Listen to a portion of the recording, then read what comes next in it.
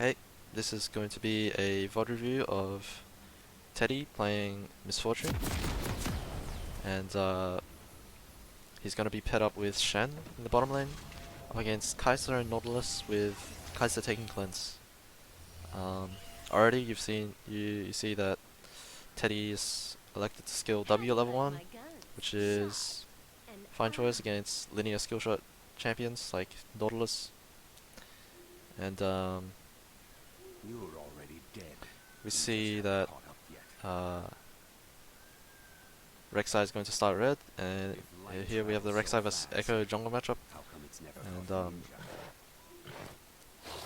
he's going to hit W for the jungle leash. He's going to give a total of 6 auto attacks to the red buff, and yeah, back onto the Rek'Sai vs Echo thing. Rek'Sai is definitely going to have a much healthier clear compared to Echo, and a faster clear with the big leash he's given. Enemy bottom lane's shown level 1 in lane. Akali is not showing top, and we saw Nautilus walk into this middle bush here, over here. And so it's safe to assume that Akali is giving a leash to Echo on the red buff, and so yeah.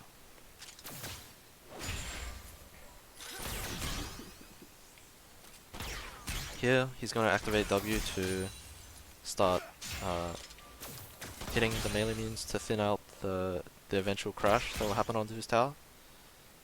And here Teddy was trying to go for an auto attack onto Kai'Sa, thinking the Kai'Sa would go for the auto on the low health caster minion. However, Kai'Sa auto attacks Teddy. Teddy cancels his auto, but avoids the Acathian rain damage, the Kai'Sa Q. Also, one thing to note here is that we have a Q star at level 1 on Shen, and so in this case, Shen kind of just wants to act as like a blocker between the Nautilus who's in the bush and Teddy playing Misfortune, so he can freely last it. So here, I'm going to play out the rest of this. They're gonna push the minion wave. Now, the enemy bottom lane wants to crash this minion wave, as they can't wait because of the minion wave positioning. They can't wait for the reinforcing wave to come and then crash it and build a bigger wave, because they've pushed it too fast. And what they want to do is crash this minion wave, and the third minion wave, the upcoming minion wave, to come and push back to their tower and reset it, because of this unique gank pathing that's possible by Rek'Sai coming behind the tower. So here, Teddy is going to start thinning out the wave so that the crash is smaller for the enemy team. They don't get as big of a crash. And here, Shen's used up his Q and his shield, so Nautilus goes in for a Q auto trade. And here we see the 3 caster minions aggroing onto Nautilus, as well as the three melee minions aggroing. And here's an opportunity for Teddy to retaliate and hit back on the Nautilus. However, Teddy makes a mistake. He goes for this caster minion, which is under no threat because Nautilus has still not lost the minion aggro, and yeah, so that's one missed opportunity from Teddy. And we're gonna play out the lane. He's trading autos with Kai'Sa, grabs minion aggro, and he goes up to last hit the ranged minion. And here, he should just leave the caster minion on 1 HP, because most of the red side minions are healthy, and the caster minion here is not being targeted by any of his blue side minions. So we'll see what he does. He walks up, autos the minion, gets it, but takes punishment from the Kai'Sa. So Kai'Sa's just gonna shove in the wave, land the W, but because of the timing and the clear speed of Rek'Sai, they can't stay to push this next minion wave or harass them under tower, As Shen's gonna hit level 2 as well, he's gonna get taunt, and Rek'Sai's clear speed. He's done Red Krug's race by this time. So he's able to clean up the last few CS.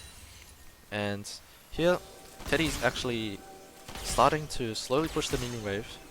And this is because, although he can't crash this minion wave onto the tower, he wants to build a big enough minion wave on the next minion wave, the reinforcing minion wave, to crash it on the tower, because these 3 melee minions will give MF and Shen level 3, and if Kai'Sa and Nautilus don't have the same amount of XP, they'll be level 2 on the tower, so it'll be a 3v2 on the tower, level 3 to level 2, and they'll either be able to zone them off tower or get a dive off. And here we see finally the enemy bottom lane have shown again. Kai'Sa walks up for a creep, and Rek'Sai notices this and capitalizes on the overextension. Here we're gonna see them burn cleanse and flash,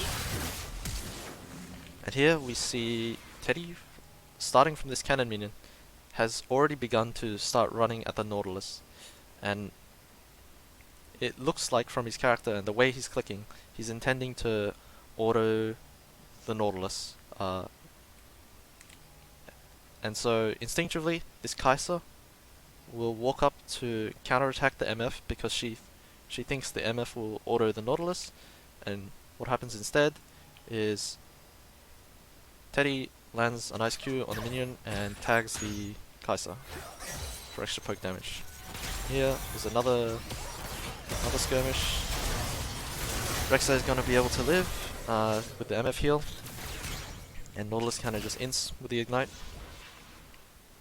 And here, in this snapshot, we see Teddy running towards the Kai'Sa actually, not to try and kill her, but we see these 2 melee minions that are dying to Teddy's caster minions.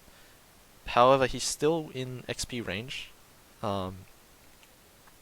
And what Teddy's intending to do is to try and deny the gold of the cannon minion, because it's worth more than the 2 melee minions that he's going to lose. And so what ends up happening is he starts running at the Kai'Sa.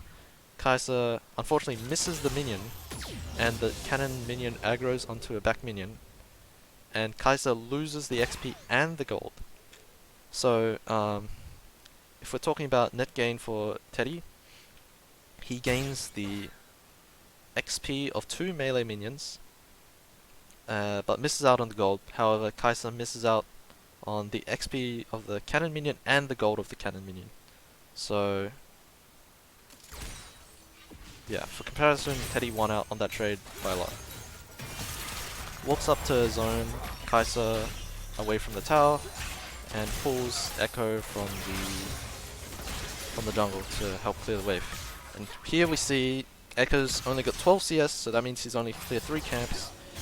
And so, with no blue buff on him, he's got at least 2 camps up on his bottom side. And with blue buff being one of them. But in this case, he's got all 3 of them up. And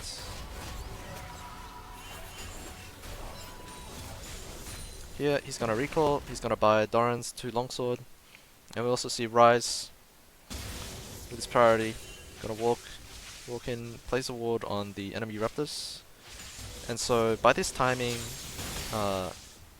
we can know that Echo's starting path was Red Krug's Wraiths, because of the respawn pattern, because if he had done Red Wraiths and then bottom side camp for the 12 CS, the Wraith camp would have already respawned by like 420, 430. However, it has not spawned, and it's most likely the Krugs have spawned. So he's able to walk back into lane. So since we know that Echo should have been bottom side for the past minute or so, Echo's got 2 options. He's either resetting to top side and clearing down, or he's cleared his bottom side and then going for a gank on bottom or mid. And so here, we also see something where he threatens the danger of getting hit by the MFQ because he sees the Kai'Sa playing in the top pocket of the lane, and so Teddy angles himself on the bottom pocket of the lane and has two low health minions that can both fire a Q and kind of pins the Kai'Sa to be in the middle and try and avoid the Q. So either, yeah, the Nautilus needs to push Teddy away from the bottom pocket to allow Kai'Sa to reposition and avoid the Q poke, or he needs to just take the 50-50 on the Q. But what happens instead, he doesn't go for the Q. Nautilus moves like this, stops Teddy from being on the bottom pocket, and so Teddy's forced to move like this, maintaining range from Kai'Sa's auto, and yeah, that's what will happen when he play out.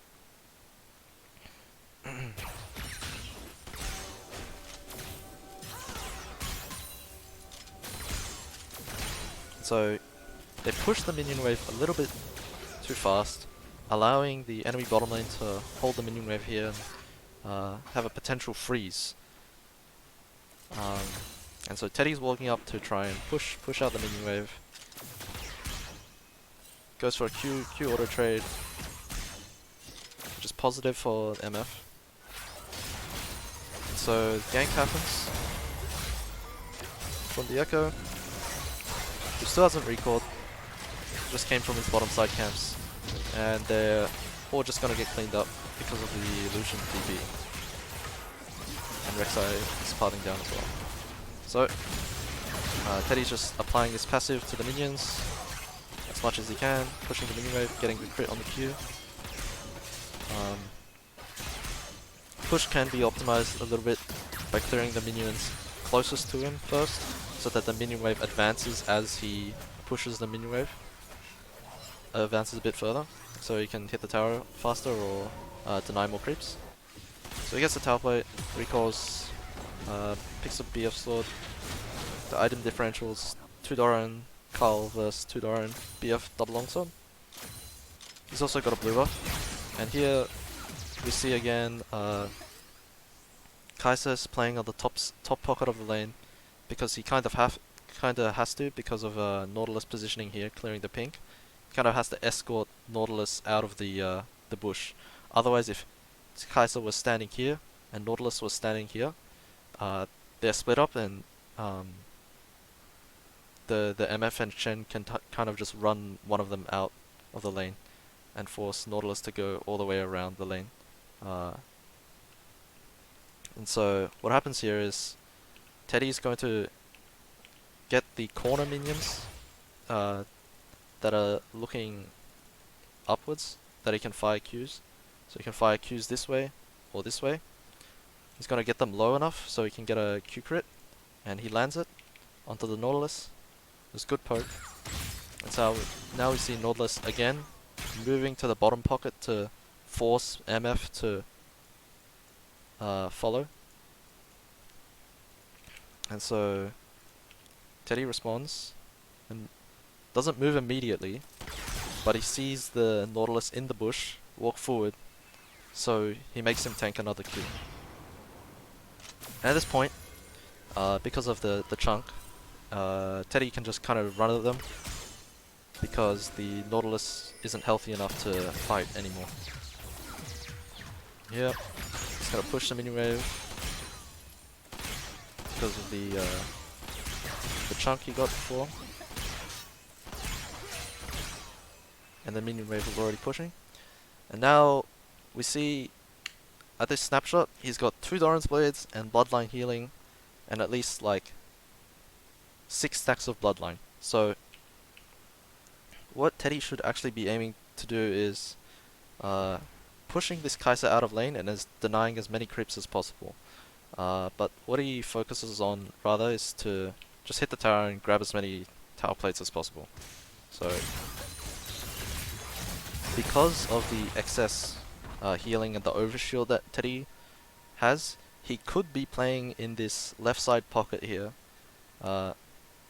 dancing back and forth. Whenever Kai'Sa goes for a minion and walks up, he can just Q auto the Kai'Sa, and it doesn't really matter if he takes 1 or 2 tower shots because of the overshield and the healing that he already has. The extreme amount of lifesteal. And so, yeah, he doesn't really get much done other than dealing some damage to the tower, getting 1 plate. And we saw Nautilus, he was kind of just like stuck in this bottom side corner here and didn't really achieve much. He was just standing there. And so, when we're talking about their movements and their intent, this is one example of the Nautilus not playing to his normal intent or how he's been playing for the past few minutes. So he starts running past the minion wave as they're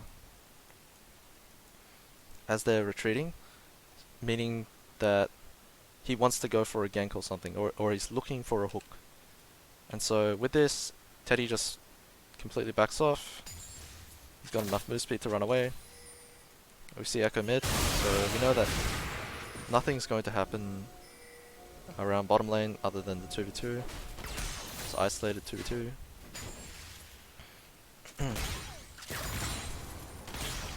See, Shen walks in for a hook, and now Nautilus has used his only escape tool, other than Flash, to return damage onto the Shen.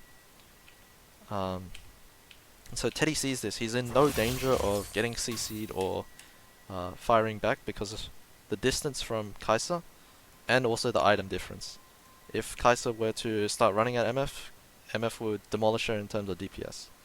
So what he does is he just starts running down the Nautilus, Q, ulti, and then he burns the Flash. And because of the item difference and the support health difference, Kai'Sa can't fight back. Gonna get 1 plate. Choose the base here. It's fine.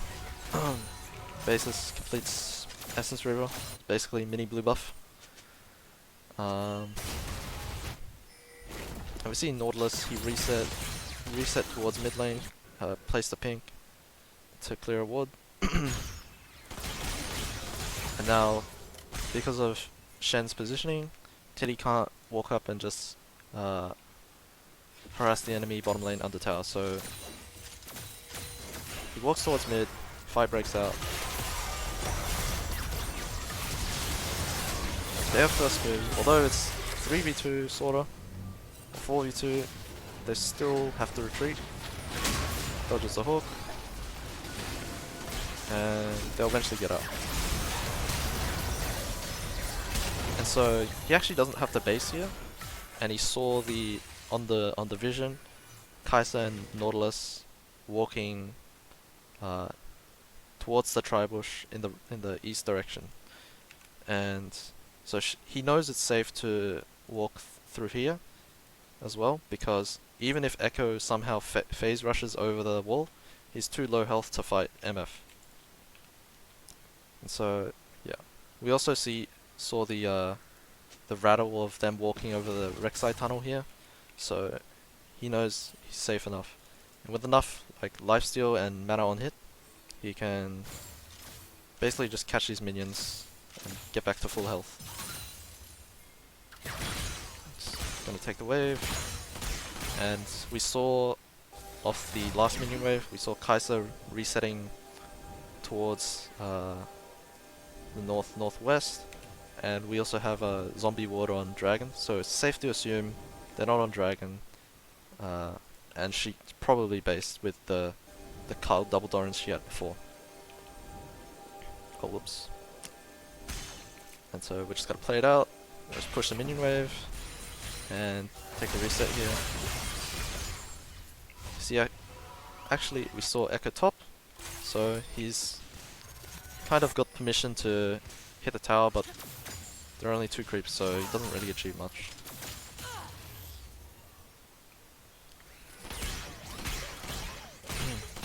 So lands more poke on Nautilus, and this just ends up being like a one-sided affair because of the earlier events around the 3v3 and whatnot.